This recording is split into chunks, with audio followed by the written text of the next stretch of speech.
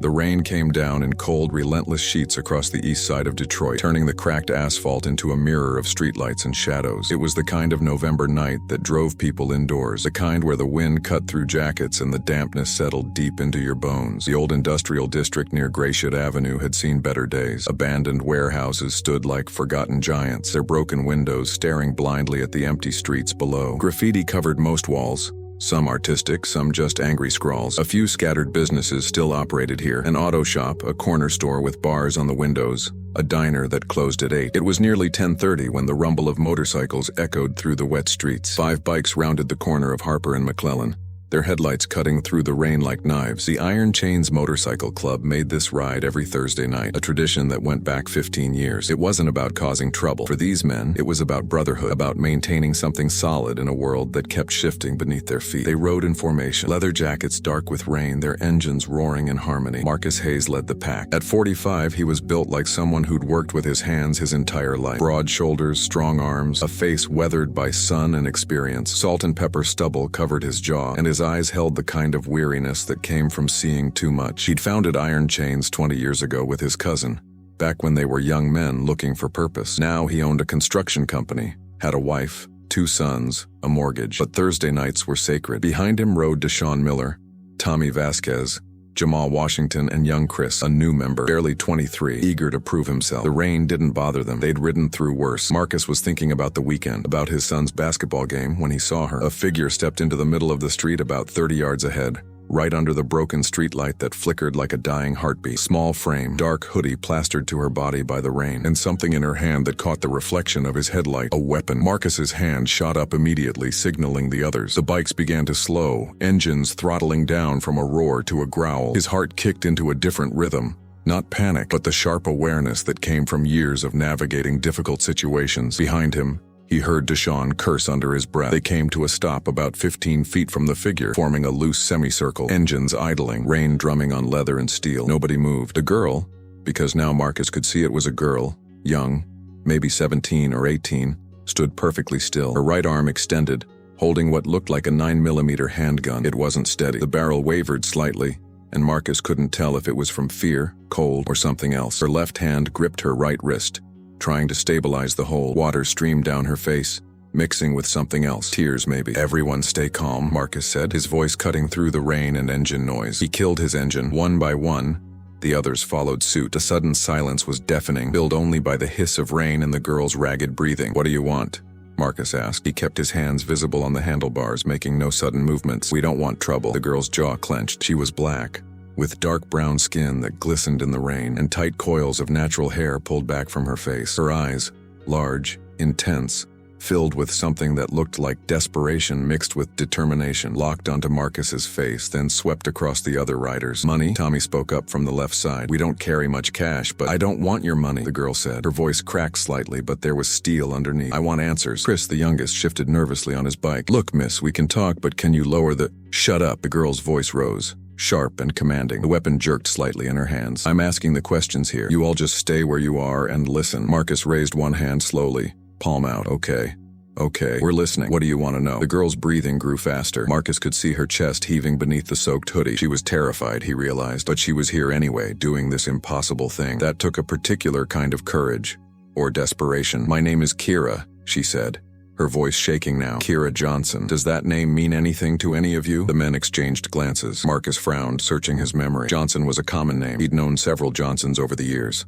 Nothing clicked. "Should it?" Deshaun asked carefully. "What about Nicole?" Kira's voice cracked on the name. "Nicole Johnson. 20 years ago, maybe 18 years ago. Think hard." Marcus felt something shift in his chest. Nicole. The name stirred something old and buried. He saw Deshaun's posture change slightly. A stiffening. A recognition. "I knew a Nicole," Deshaun said slowly. "Long time ago. But I don't see what—" "She was my mother," Kira said, fresh tears mixed with the rain on her face. "And one of you is my father." The words hung in the air like a physical presence. Nobody moved.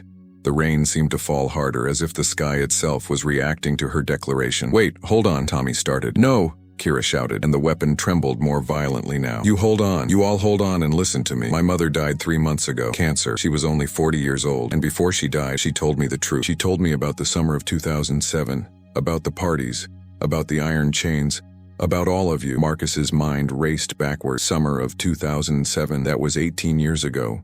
He'd been 27, still building the club, Still figuring out his life. There had been parties, gatherings, women. He'd met Crystal in 2008. Got married in 2009. Before that, his life had been less structured, more chaotic. Kira, Marcus said gently, I understand you're hurting. Losing your mother, that's devastating, but you can't just... Don't! Her voice broke completely now. Don't you dare tell me what I can or can't do. Do you have any idea what it's like growing up not knowing? Do you know what it's like being shuffled through foster homes because your mother was too young, too poor, too broken to take care of you properly? Do you know what it's like watching her waste away and having her finally tell you the truth about where you came from? The raw pain in her voice hit Marcus like a physical blow. He could see it now in her face. The exhaustion, the grief, the desperate need for something, anything to make sense. This wasn't about revenge. This was about identity, about belonging. My mother told me she got pregnant in the summer of 2007. Kira continued, her voice steadier now but hollow. She was 22 years old, working at a bar on 8 Mile. She met some guys from a motorcycle club, the Iron Chains. She went to some parties. She was young, excited, stupid. Her words, not mine. She said there were 3 men she was involved with that summer. 3 men who could be my father. 3. Jamal spoke for the first time, his voice quiet. 3. Kira confirmed. She reached into her hoodie pocket with her left hand, slowly, aware that any sudden movement might trigger a reaction. She pulled out something wrapped in plastic, a photograph. She held it up, though it was too dark and too far for anyone to see clearly. This is the only picture she kept. 4 people. My mother and 3 of you taken at someone's house party in July 2007. Can I see it? Marcus asked. Not yet, Kira said. Not until I know you're not going to run. Not until I know you're going to give me answers. We're not running, Marcus said firmly. But you need to understand. This is a lot to process. 18 years is a long time. Memories fade. People change, even if what you're saying is true. If, Kira's voice rose again, if you think I'd be standing here in the freezing rain pointing a weapon at strangers if I wasn't absolutely certain? You think this is easy for me? You think I want to be doing this? Then why are you? Deshaun asked. There was something in his voice. Not accusation, but genuine curiosity, maybe even concern. Kira's face crumpled for just a moment before she regained control. Because I need to know. Because I have questions that only a father can answer. Medical questions. History questions. Because I've spent 17 years wondering who I am, where I came from, why I was left behind, and because, her voice broke again, because I'm sick and I need to know which one of you might have passed something down to me that's trying to end me before I even get started. The rain continued its relentless assault. Marcus felt the cold water running down his neck, soaking through his clothes, but he barely noticed. His mind was spinning, trying to reconcile this moment with his life, his structured, careful, built from the ground up life. What do you want from us? Tommy asked, and for the first time, Marcus heard genuine emotion in his voice. Not defensiveness, but something like fear mixed with recognition. I want a DNA test, Kira said, from each of you who was there that summer. I want to know which one of you is my biological father. And then, she paused, swallowing hard. And then I want you to look me in the eye and tell me why you never came looking. Why my mother's letters went unanswered. Why I grew up thinking I was unwanted. Letters? Marcus frowned. What letters? She wrote you, Kira said, her eyes finding Marcus specifically. She said she wrote to you. To the address where the club used to meet, that old garage on Conant Street. 16 years ago, when I was a baby, she told you about me. She asked for help, and nobody responded. Marcus's jaw tightened. The garage on Conant, they'd lost that place in 2010. Foreclosure during the recession. Mail had been chaotic during that time. The transition messy. Had there been letters? He genuinely didn't know. But the possibility that there had been, that Nicole had reached out and received only silence, made his stomach turn. Kira, he said carefully, if that's true, if your mother did reach out and we didn't respond, that's on us. That's our failure. But you need to understand. We can't have this conversation here like this. It's not safe. You're not safe. We're not safe. Someone could drive by, misunderstand what's happening, and people could get hurt. I don't care about safe, Kira said, but Marcus could hear the exhaustion creeping into her voice. How long had she been standing in the rain before they arrived? How much courage had it taken to step into that street? But I do, Marcus said firmly, and if there's even a chance that you're my daughter, that you're any of our daughters, then your safety matters. It matters more than anything else in this moment. Something in Kira's expression shifted. The weapon lowered slightly, not much, but enough to show that his words had landed. There's a diner, Marcus continued, 2 blocks from here. Rosie's. It'll be closed, but I know the owner. We can go there, get out of this rain, sit down like human beings, and talk this through properly. All of us. No running, no disappearing. You have my word, your word. Kira repeated bitterly. Why should that mean anything to me? Because despite everything you think about us, about me, about what happened, I'm not the kind of man who abandons his responsibilities, Marcus said. His voice was steady, sincere. If you're my daughter, if there's even a possibility, then you deserve answers. You deserve more than answers. You deserve everything I should have given you 18 years ago. But we can't do this here. Not like this. The rain drummed on. Seconds stretched into what felt like minutes. Marcus could feel the tension in his fellow riders, could sense Chris's barely contained panic, Tommy's guilt, Deshaun's conflict. They all knew this moment could go wrong in 100 different ways. Finally, slowly, Kira lowered the weapon completely. Her arms dropped to her sides, and with them, The last of her bravado seemed to crumble. She looked suddenly very young, very vulnerable, and very, very tired. "Rosie's Diner," she said, her voice barely audible over the rain. "2 blocks. If any of you runs..."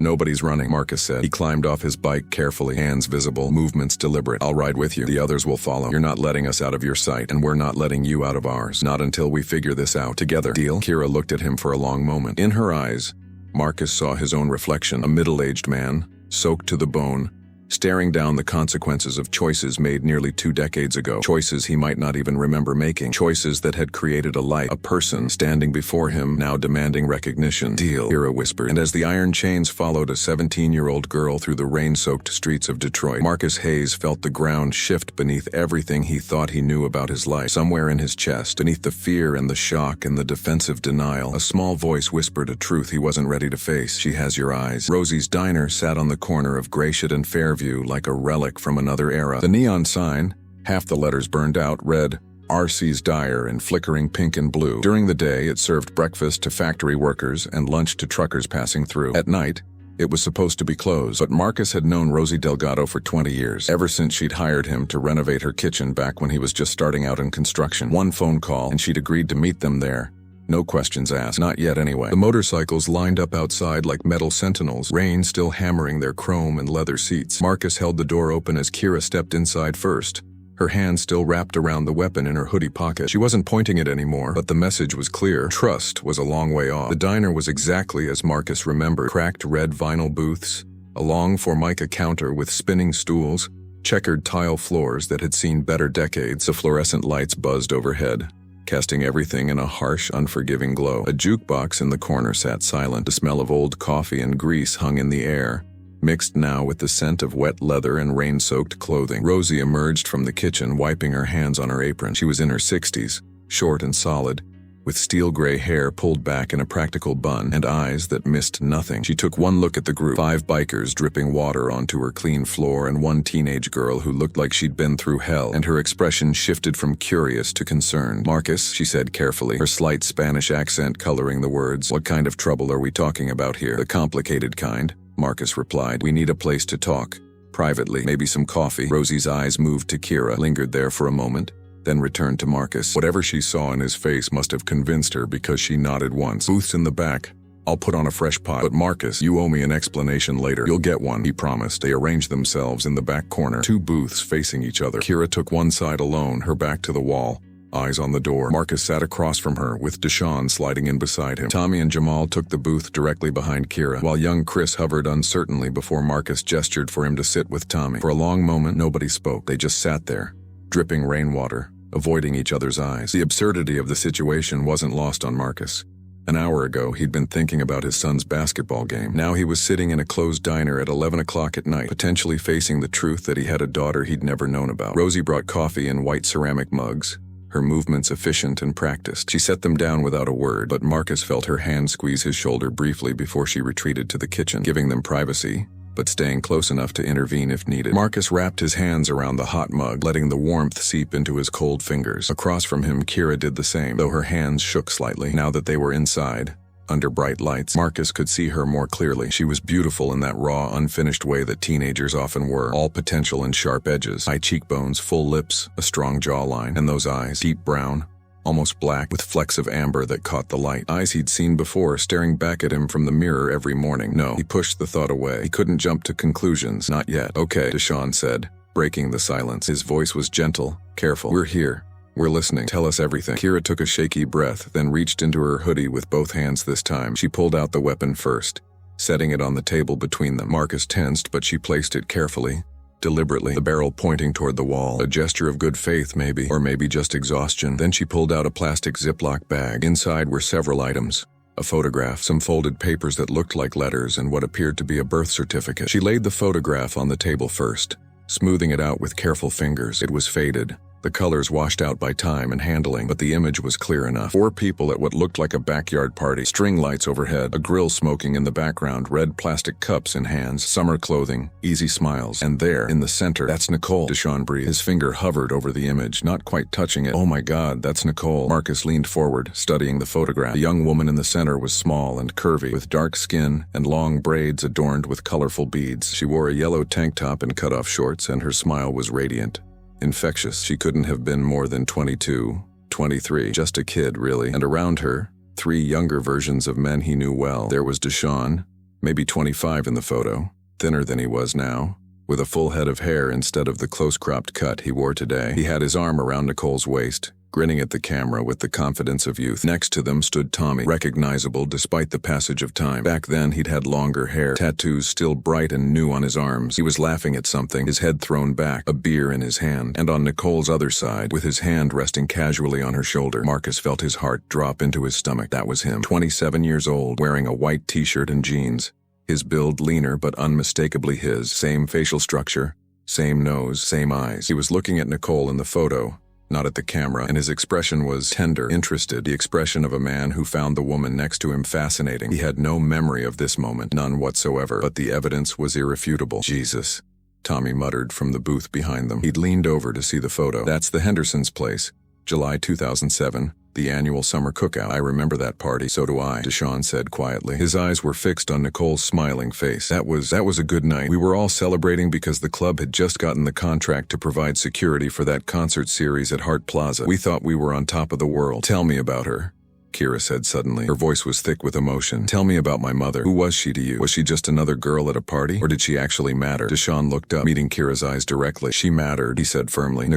She was special, smart, funny, full of life. She worked at that bar on 8 Mile. Big Al's, I think it was called. We met there one night when some guys were giving her trouble, and Marcus and I stepped in. After that, she started coming around to club events. Everyone liked her. Everyone liked her, Kira repeated bitterly. Liked her enough to sleep with her, apparently. 3 of you. The accusation hung in the air. Marcus felt shame burn in his chest, not because he couldn't remember, but because the dynamic Kira was describing was all too plausible. Back then, the club had been more reckless, more focused on brotherhood and good times than on consequences. They'd been young men with something to prove, and sometimes that meant poor decisions. It wasn't like that, Tommy said, but his voice lacked conviction. I mean, we weren't trying to what? Kira's voice rose. Weren't trying to use her?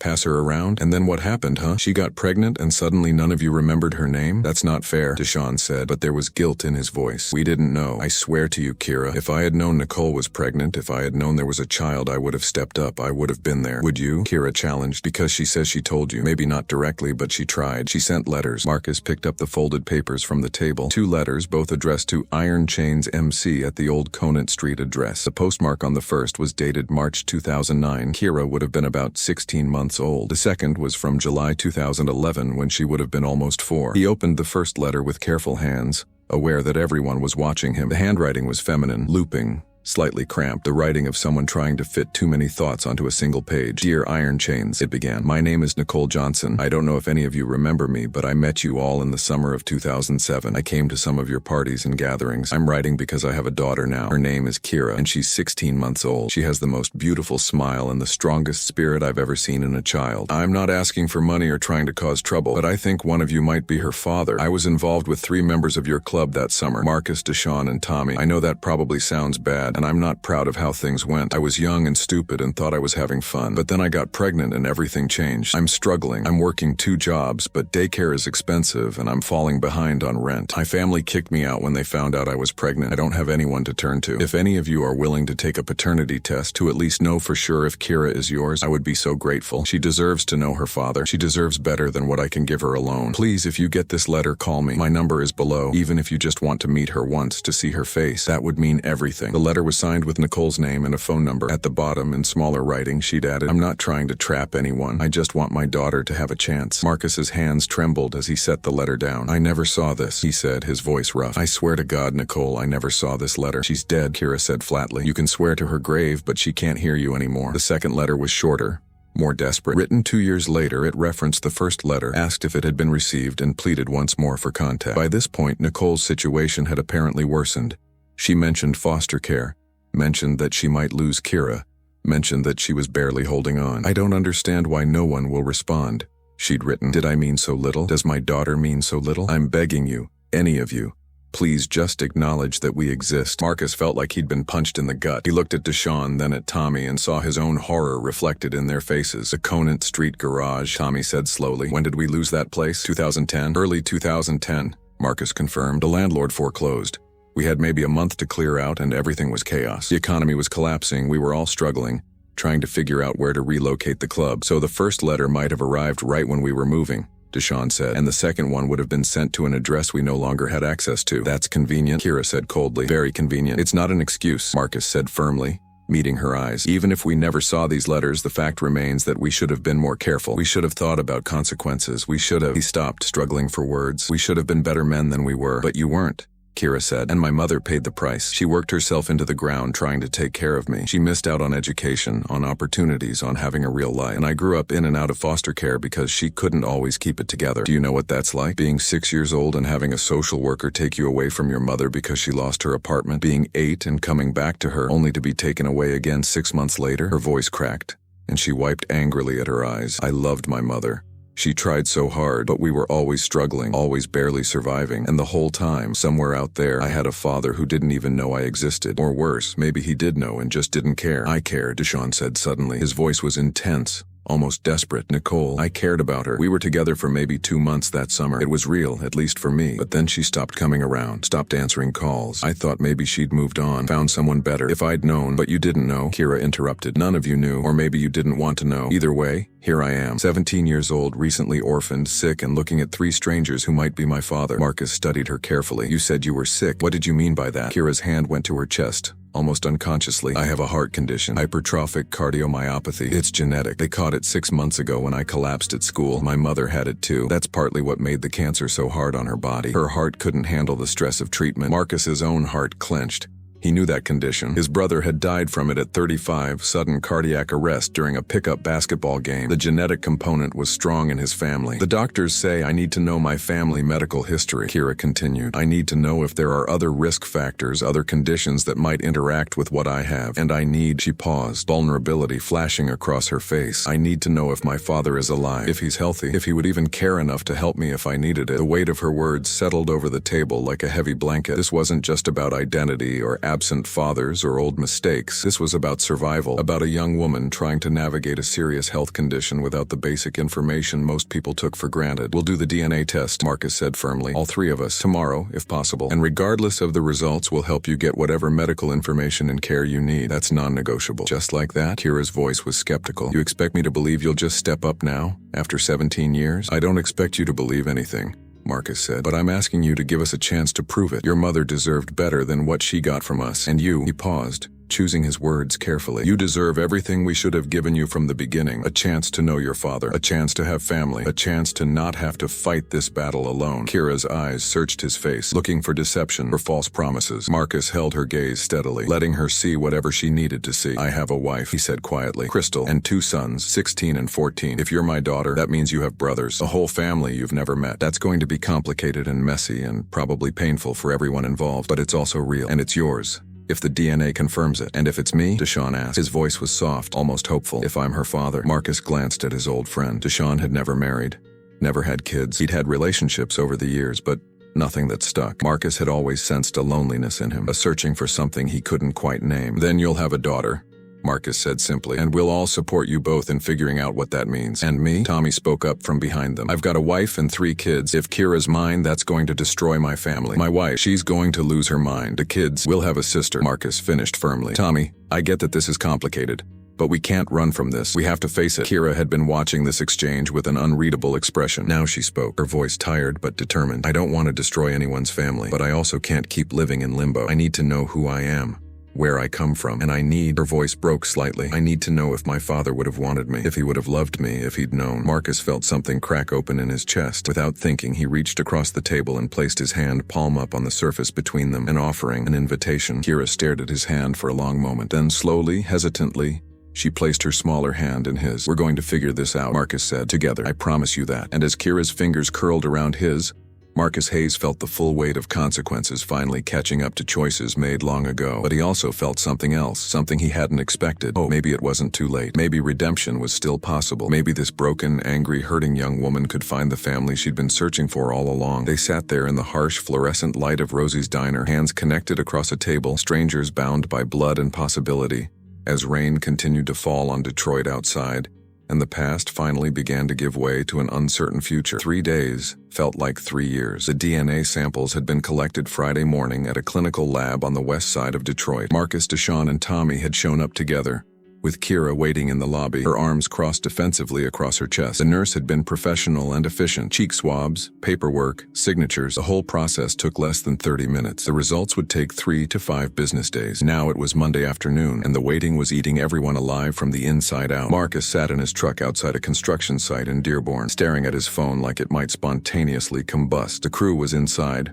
working on renovating a commercial space, but he couldn't focus, couldn't think about measurements or materials or timelines. Every thought circled back to the same question: what if she's mine? His phone buzzed, not the lab, just a text from Crystal. "We need to talk when you get home. The boys are asking questions." Marcus closed his eyes and leaned his head back against the seat. He'd told Crystal everything Friday night after getting home from the diner, told her about Kira, about Nicole, about the photograph and the letters that had never been received, told her that there was a chance, a very real chance, that he had a 17-year-old daughter he'd never known about. Crystal had listened in silence, her face unreadable. She was a strong woman.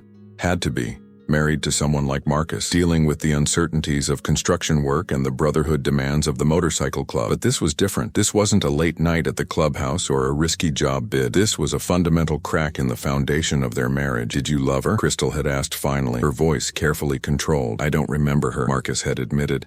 And somehow that felt worse than if he'd confessed to a passionate affair. "I don't remember that night, that party, any of it. But the photograph doesn't lie. I was there. And if the DNA test comes back positive, then we deal with it." Crystal had interrupted. Her jaw was tight, her hands clasped together so hard her knuckles were white. "But Marcus, you need to understand something. This isn't just about you and some girl from your past. This is about our sons. This is about our family. And if that girl is yours, if she becomes part of our lives, everything changes." "I know. Do you?" Crystal's voice had cracked then, just slightly. "Because I'm trying to be understanding here. I'm trying to be the supportive wife who recognizes that you didn't know, that you didn't intentionally abandon a child. But I'm also terrified. I'm terrified of what this means for us, for our boys, for the life we've built together." Marcus had reached for her hand, but she'd pulled away. Not angrily, just distant, creating space between them that hadn't existed before. That was 3 days ago, and the space had only grown wider. Now his phone buzzed again. This time it was Deshawn. "Heading to Kira's place, bringing some food. You should come." Marcus stared at the message. Deshawn had been spending time with Kira almost every day since Friday. He'd gotten her address from her,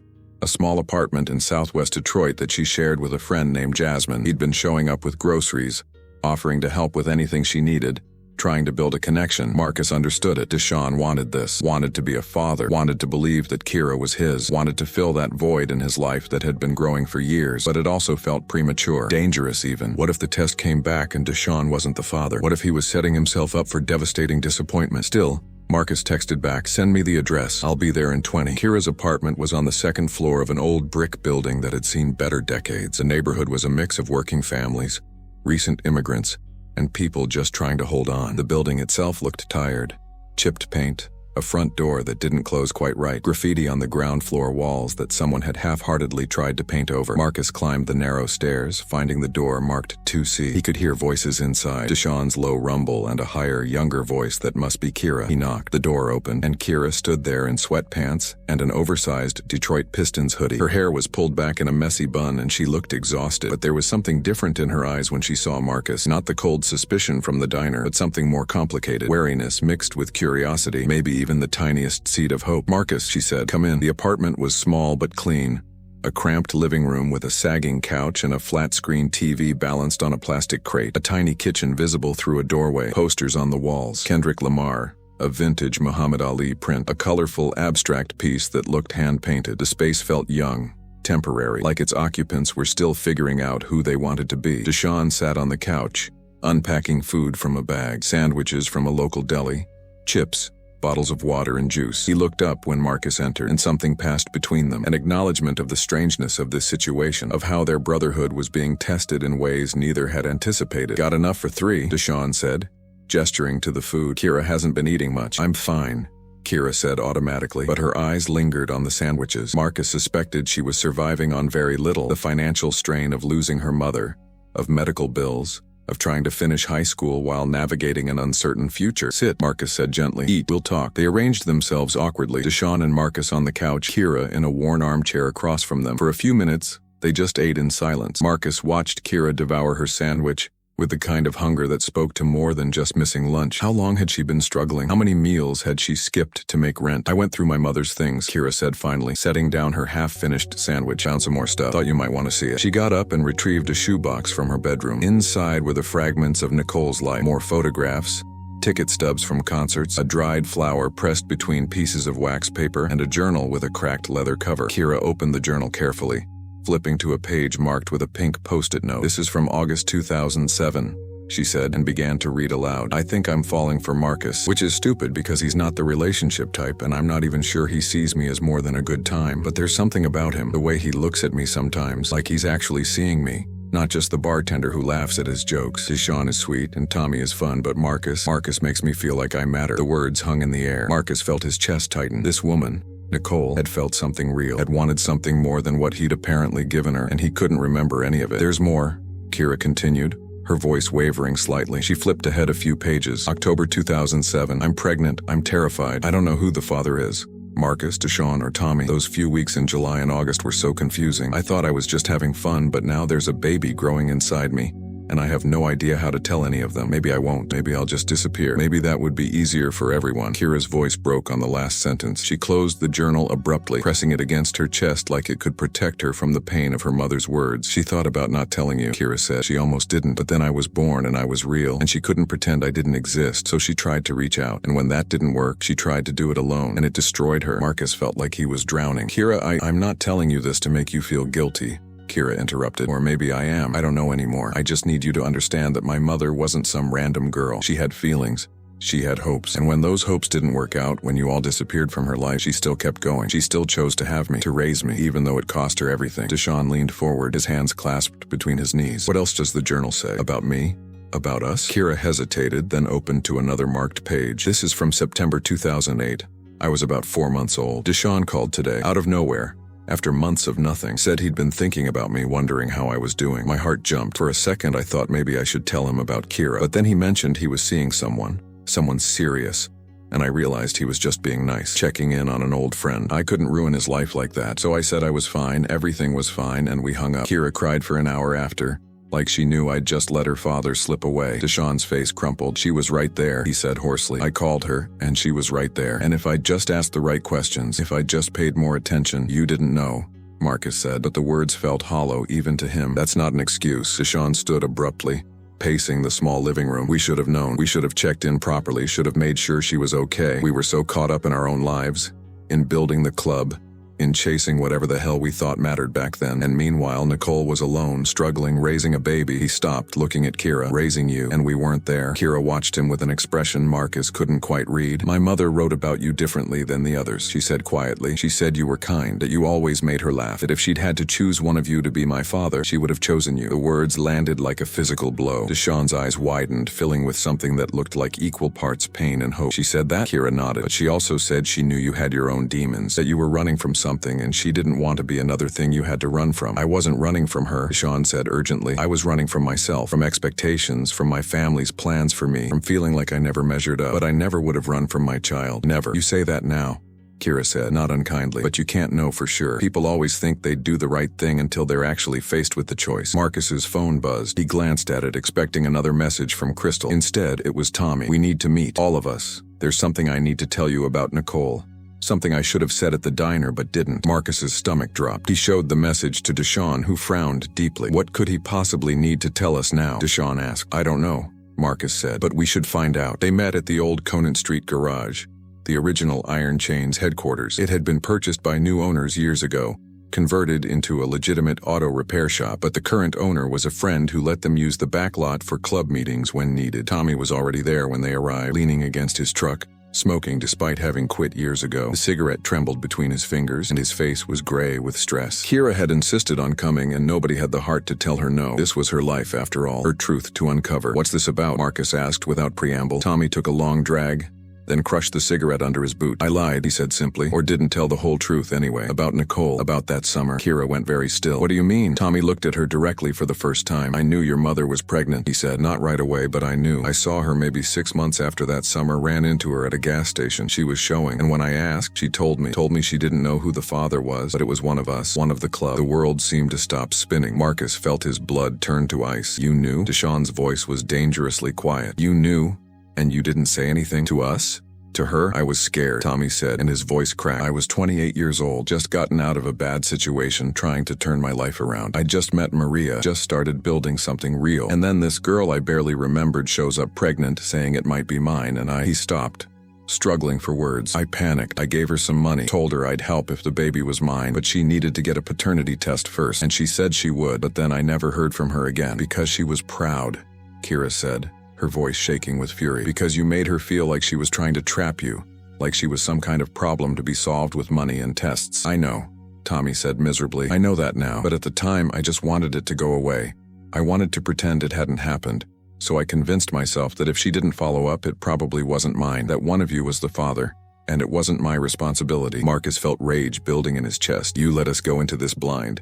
You let Kira grow up without a father, without support, and you could have done something. You could have told us. Could have pushed Nicole to get answers, could have— I know, Tommy shouted. Don't you think I know? I've been living with this guilt for 17 years. Every time I look at my own kids, I think about her, about Kira, about whether she's mine, whether I abandoned my own child because I was too much of a coward to face the truth. Kira was breathing hard, her hands clenched into fists at her sides. You gave her money, she said flatly. How much? $500, Tommy admitted. It was all I had at the time. $500, Kira repeated. For a baby. For a life. For 18 years of responsibility. You thought $500 was enough to buy your way out? No, Tommy said desperately. I thought it was a start. I thought we'd figure out the rest once we knew for sure. But then she disappeared, and I told myself it meant I wasn't the father, that she must have figured out who it was and gone to him instead. She didn't disappear, Kira said, her voice rising. She struggled. She fought. She worked 2 jobs and still couldn't make rent. She gave me up to foster care multiple times because she couldn't handle it alone. And you— her voice broke into a sob. You could have helped. You could have told the others. You could have done something instead of just pretending I didn't exist. The dam broke. Kira collapsed to her knees on the cracked asphalt,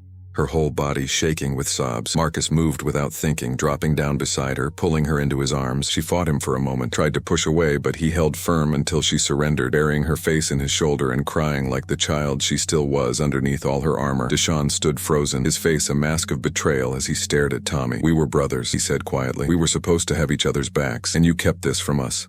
From her for 17 years. I'm sorry, Tommy whispered. I'm so sorry. Sorry doesn't fix this, Deshawn said. Sorry doesn't give Kira back the childhood she deserved. Sorry doesn't bring Nicole back. Marcus held Kira as she cried, feeling her pain and rage and grief pour out in waves. Over her head, he met Tommy's eyes and saw the full weight of his old friend's guilt and shame. A part of Marcus wanted to rage at him, to make him hurt the way Kira was hurting. But another part, the part that had made its own mistakes, that had its own regrets, understood how fear could make you rationalize terrible choices, understood how easy it was to look away from difficult truths. The test results come tomorrow, Marcus said quietly, and when they do, one of us is going to have to step up, really step up. Not with money or apologies, but with commitment, with presence, with everything Kira should have had from the beginning. And if it's me? Tommy asked, his voice barely audible. Marcus looked at him over Kira's shaking shoulders. Then you're going to have to figure out how to be the father you should have been 17 years ago. And you're going to have to do it while looking at this girl, your daughter, and knowing that you chose to walk away once. That's going to be your burden to carry. Kira's sobs gradually quieted. She pulled away from Marcus, wiping her face with the sleeve of her hoodie. Her eyes were red and swollen, her face blotchy, but there was steel in her expression when she looked at Tommy. I don't want your apologies, she said, and I don't want your guilt. What I want is the truth, and tomorrow when those test results come in, I want whichever one of you is my father to look me in the eye and promise me that you'll never walk away again, that you'll be there even when it's hard, even when it's inconvenient, even when it disrupts your perfect life. She stood, swaying slightly, and Marcus rose with her, keeping a hand on her elbow to steady her. Can you promise me that?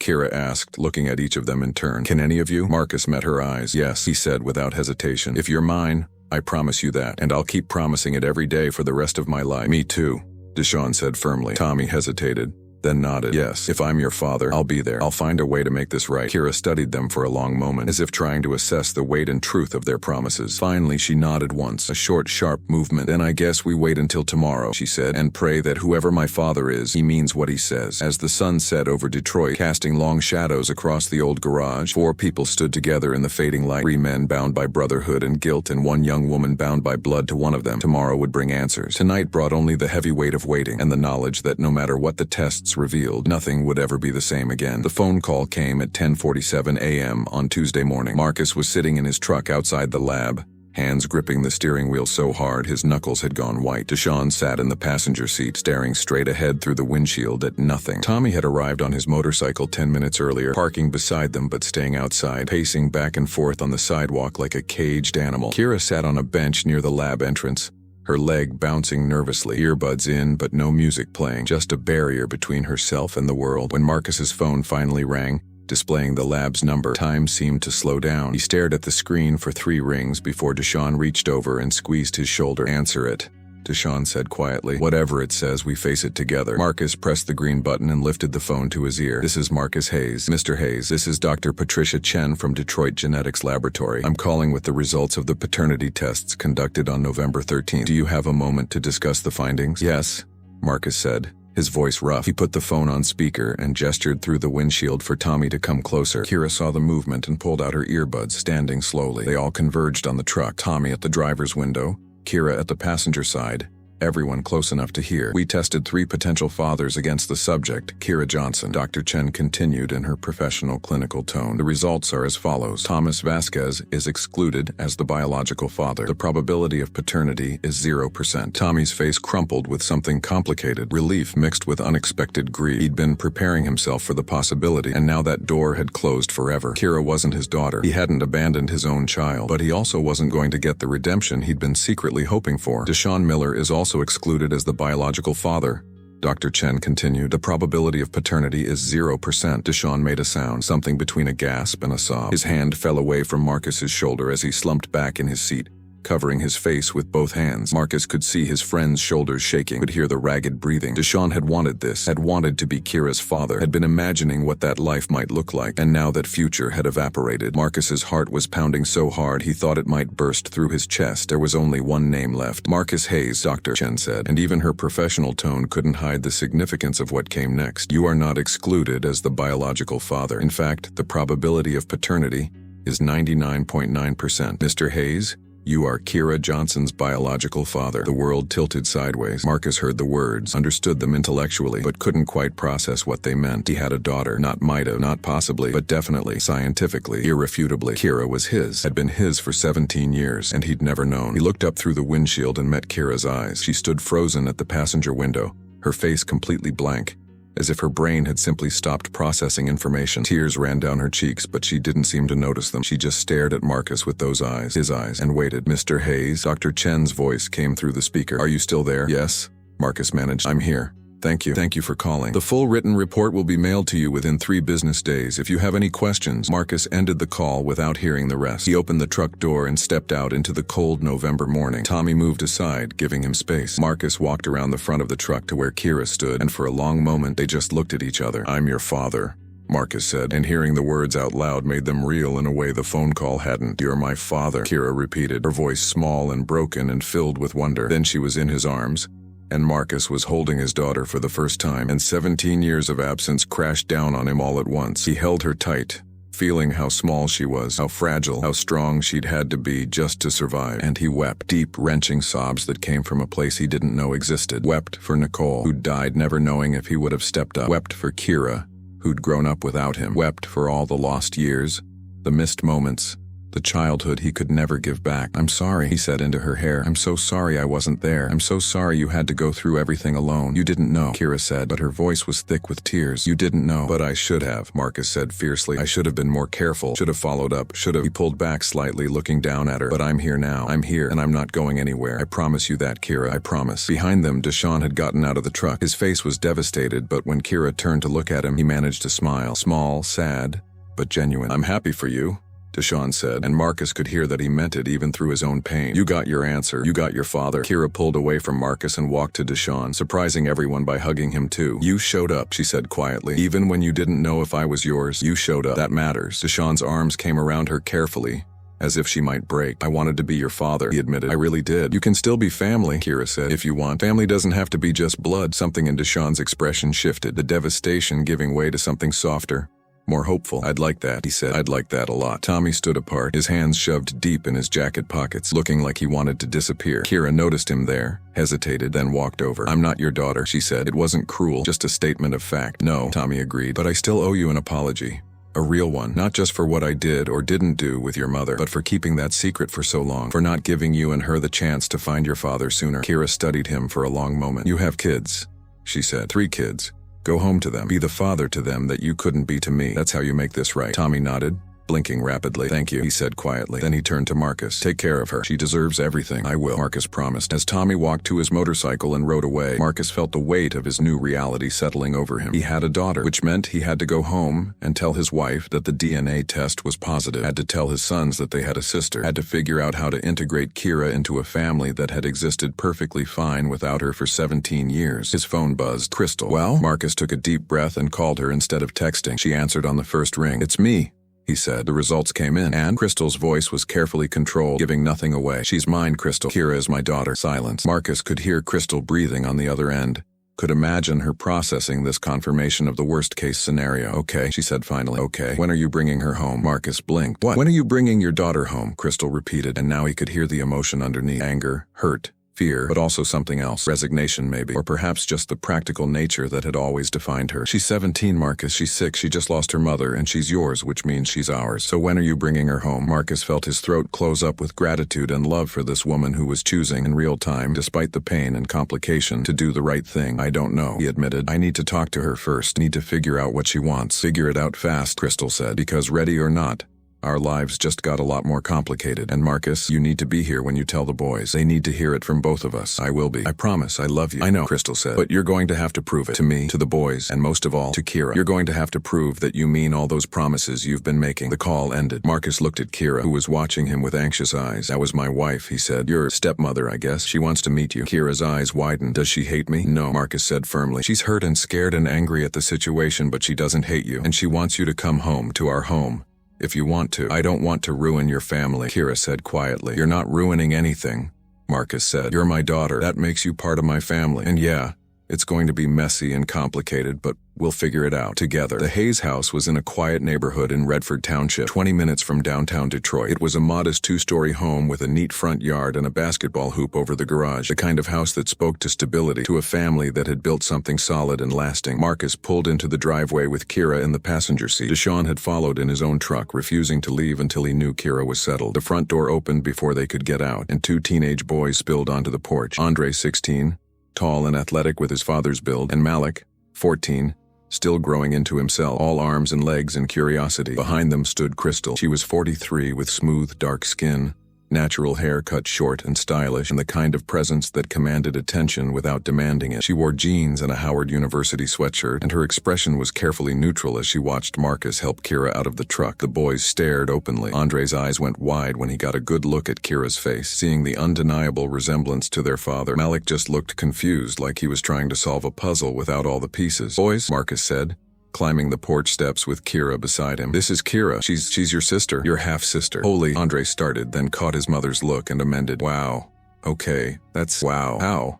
Malik asked, ever the practical one. How do we have a sister we didn't know about? It's complicated, Marcus said, but the short version is, a long time ago before I met your mother I was involved with someone, Kira's mother, and I didn't know Kira existed until a few days ago, but now I do know, and she's family, which means she's your family too. The boys looked at each other, having some silent sibling conversation. Then Andre stepped forward and stuck out his hand to Kira. I'm Andre, he said. I play basketball and I'm probably going to ask you a million questions later. But right now, welcome, I guess. Kira shook his hand, a small smile tugging at her lips despite her nervousness. Thanks. Malik was more hesitant, but he managed to wave. I'm Malik. I like video games and building stuff. Are you going to live here? Malik, Crystal said warningly. What? It's a valid question. Marcus looked at Kira. We haven't talked about that yet.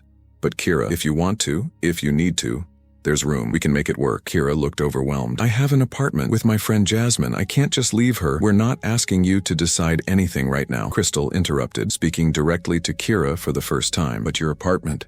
Is it safe? Is it affordable? Are you struggling? Kira hesitated, then nodded slightly. Jasmine's been covering most of the rent since my mom died. I've been trying to work, but with school and the medical appointments, then you have options, Crystal said firmly. You can stay where you are and we'll help with rent and expenses. Or you can move in here and we'll figure out how to make space. Either way, you're not struggling alone anymore. Understood? Kira's eyes filled with tears again. Why are you being nice to me? I'm the proof that your husband was with someone else before you. Crystal's expression softened slightly. You're also a 17-year-old girl who just lost her mother and found out her father's identity in the same year. And you have a medical condition that you need support managing. So yeah, this situation is complicated and painful, and I'm not going to pretend I'm thrilled about it, but you didn't ask for any of this. You didn't do anything wrong, and I'm not going to punish you for your father's past. The words hung in the air, both generous and pointed. Marcus felt them land like they were meant to. A reminder that while Crystal was stepping up, there would be a reckoning between them later. Come inside, Crystal said. I made lunch. We can talk more comfortably than standing on the porch like strangers. Lunch was awkward, but not hostile. Crystal had made spaghetti, Marcus's favorite, which Kira discovered was also hers. The boys asked careful questions, feeling out the boundaries of this new relationship. Andre wanted to know if Kira played basketball. She didn't, but she liked watching. Malik wanted to know if she was into gaming. A little, mostly mobile games. Deshaun joined them, folding himself into the family dynamic with the ease of someone who'd been around for years. He told stories about Marcus in his 20s, making the boys laugh and giving Kira glimpses of her father as a younger man. Crystal watched it all with careful eyes, and Marcus could see her analyzing, assessing, trying to figure out how this would work. After lunch, Crystal pulled Marcus aside into the kitchen while the others moved to the living room. Your brother died from that heart condition, she said without preamble. The one Kira has. I know, Marcus said heavily. I've been thinking about that. We need to get her in with a cardiologist immediately, get her medical history, figure out what monitoring and treatment she needs. Already done, Crystal interrupted. While you were at the lab, I called Dr. Richardson. She's the best cardiac specialist at Henry Ford Hospital. I explained the situation, and she's agreed to see Kira on Thursday. I also contacted our insurance company, adding Kira to our plan retroactively based on the paternity test results. Marcus stared at his wife, feeling a surge of emotion so intense it almost knocked him over. You did all that this morning? Someone had to, Crystal said, but her voice wasn't unkind. That girl has been on her own for too long, Marcus. She needs structure, she needs medical care, and she needs family. So yeah, I'm angry, I'm hurt, I'm going to need time to process all of this, but I'm also not going to let an innocent kid suffer while I work through my feelings. Marcus pulled Crystal into his arms, and after a moment's resistance, she let him. I don't deserve you, he said into her hair. No, you don't, she agreed. But you've got me anyway. Now go be a father to your daughter. She needs you to step up in ways you've never had to step up before. The next few weeks were a whirlwind of adjustment. Kira moved into the Hayes house, taking over the spare room that had been used for storage. Andre and Malik helped her paint it. She chose a warm gray with one accent wall in deep teal. Deshaun brought furniture from his own place, pieces he'd been saving for a future that hadn't materialized. The iron chains pitched in too, the whole brotherhood showing up one Saturday to help make Kira's room feel like home. The cardiologist appointment revealed that Kira's condition was serious but manageable with medication and lifestyle adjustments. Dr. Richardson prescribed beta blockers, scheduled regular monitoring, and gave stern warnings about avoiding certain activities. Marcus sat through every appointment, taking notes, asking questions, learning everything he could about keeping his daughter alive. School was complicated. Kira had been falling behind after Nicole's death, missing classes for medical issues and grief. Marcus met with her teachers and counselors, working out a plan to help her catch up. Andre surprised everyone by offering to tutor her in math, discovering he had more patience than anyone expected. Crystal maintained her distance but remained consistent. She made sure Kira had what she needed: clothes, school supplies, rides to appointments. She set clear household rules and expectations, treating Kira like she treated her sons, with firm love and high standards. It wasn't warm, not yet, but it was fair, and for Kira, fair was more than she'd had in a long time. The hardest moment came 3 weeks after the DNA results, when Marcus took Kira to visit Nicole's grave. They stood together in the cemetery, and Marcus finally met the woman who'd carried his child, raised his daughter, and died without ever hearing him say thank you. I'm sorry, Nicole, he said to the headstone. I'm sorry I wasn't there. Sorry you had to do this alone. Sorry I can't tell you in person that I've got her now, that I'm going to take care of her the way you did, the way you deserved help doing. Your daughter is amazing, strong and brave and kind. You did that. You raised her to be that, and I promise you, I won't let you down again. Kira laid flowers on the grave, sunflowers, Nicole's favorite. I found him, Mom, she said softly. I found my dad, and he's good. He's really good. I think you would like him. I think maybe you did like him back then. And I think you'd be happy knowing I'm not alone anymore. They stood there together, father and daughter, mourning the woman who'd connected them in the years they'd lost. But they were also looking forward toward a future neither had imagined, but both were committed to building. 6 months later, spring came to Detroit with tentative warmth. Kira stood in the backyard of the Hayes house, wearing her cap and gown. She'd graduated, not at the top of her class, but she'd graduated on time, despite everything. The family had thrown a party. Marcus and Crystal, Andre and Malik, Deshaun and several other Iron Chains members, Jasmine and a few friends from school. Even Tommy had come, bringing his family, making peace with his role in this story. Marcus watched his daughter laugh at something Andre said, watched her help Malik with the grill, watched her exist in this space they'd created together. She was healthier now, the medication working, the stress of uncertainty lifted. She'd been accepted to Wayne State University for the fall, planning to study social work. She wanted to help kids in foster care, wanted to be the advocate she'd never had. Crystal appeared beside him, sliding her hand into his. Their marriage had survived, strengthened in some ways by the crisis. They'd gone to counseling, had hard conversations, rebuilt trust brick by brick. It wasn't perfect, but it was real, and it was theirs. She's doing okay, Crystal said, watching Kira. Better than okay, Marcus agreed. She's thriving. You did good, Crystal said. Not at the beginning? Let's be clear about that. But once you knew, once you had the chance to step up, you did, and that matters. Marcus squeezed her hand. I had help. I couldn't have done this without you. No, you couldn't have. Crystal agreed with a small smile. But that's what family does. We show up, even when it's hard, especially when it's hard. Across the yard, Deshaun called out, Marcus, get over here. Kira wants a picture with her dad. Marcus walked over, and Kira threw her arm around his shoulders, grinning at the camera. In that moment, with his daughter beside him, his wife watching with approval, his sons laughing in the background, and his brothers celebrating this victory, Marcus felt something he hadn't expected. Complete. Not despite the complication, but because of it. Not in spite of the pain, but through it. This broken, rebuilt, complicated family was his, and he was theirs. Kira leaned her head against his shoulder, and Marcus heard her whisper, just loud enough for him to hear. Thank you for being my dad, for not running away when you found out. Thank you, Marcus whispered back, for being brave enough to find me, for giving me a chance to be your father. And as the Detroit sun set over the backyard party, painting the sky in shades of orange and pink and gold, the Hayes family, blood and chosen, complicated and real, celebrated not just Kira's graduation, but the truth that family wasn't about perfection. It was about showing up.